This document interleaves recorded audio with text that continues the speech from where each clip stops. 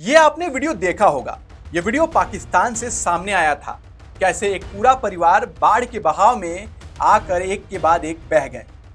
सिर्फ 3 हफ्तों में पाकिस्तान में बाढ़ से 124 लोग मारे गए हैं, जिनमें 63 बच्चे भी शामिल हैं। कई घर ढह रहे हैं तो कई बाढ़ में लोग बह रहे हैं और कहीं तापमान 48 डिग्री से ऊपर पहुंच चुका है। लेकिन यह सब क्यों हो रहा है? आखिर पाकिस्तान क्यों डूब रहा है? क्या यह सिर्फ क्लाइमेट चेंज का असर है या फिर सरकार की लापरवाही भी उतनी ही जिम्मेदार है? पाकिस्तान की नेशनल डिजास्टर मैनेजमेंट अथॉरिटी यानी NDMA की रिपोर्ट के मुताबिक 26 जून से अब तक कुल 124 लोगों की मौत हो गई है। इसमें सबसे ज्यादा मौतें पंजाब और खैबर में हुई हैं।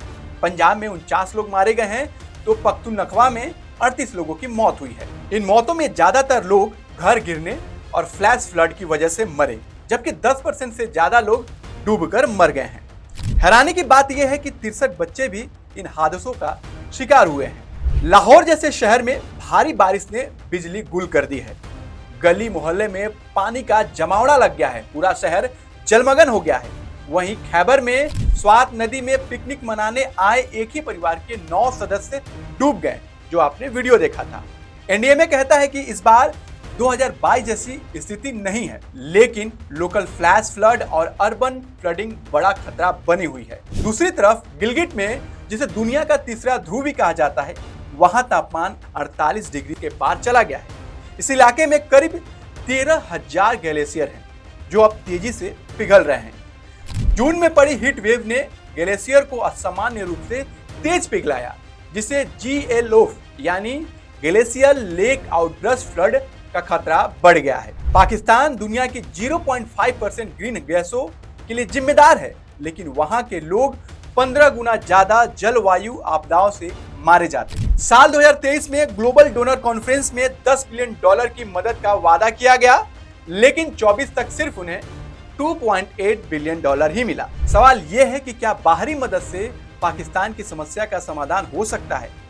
कुछ एक्सपर्ट्स मानते हैं कि सरकार की लापरवाही, खराब नीति भी इस तबाही के लिए उतनी ही जिम्मेदार है। कई मौतें उन इलाकों में हुई है जहां नदी के किनारे अवैध रूप से घर बनाए गए थे, जो बाढ़ में बह गए। UN हैबिटेट की रिपोर्ट बताती है कि पाकिस्तान में 50% शहरी आबादी कच्ची बस्तियों में आज भी रहती है। यह आंकड़ा अपने आप में चौंकाने वाला है। NDMA अब रिस्क मैपिंग, अर्ली वार्निंग और लोकल रिलीफ की बात कर रहा है, लेकिन क्या काफी है? साल 2022 की बाढ़ के बाद अब तक कोई भी बड़ा नीतिगत सुधार नहीं हुआ है। सिर्फ लोन लेकर राहत योजना चलाना समाधान नहीं हो सकता है, जो आप बार बार दुनिया के सामने भीख मांगकर करते हैं। अगर पाकिस्तान में स्थिति बनी रही तो हर साल ऐसे ही 200-300 लोग मारे जाएंगे। अगर आप भी दुनिया की खबर हिंदी में देखना चाहते हैं तो इस चैनल को सब्सक्राइब कर सकते हैं। हम भारत के पहले डिजिटल हिंदी चैनल हैं जो दुनिया की खबरें सिर्फ हिंदी में देते हैं। धन्यवाद।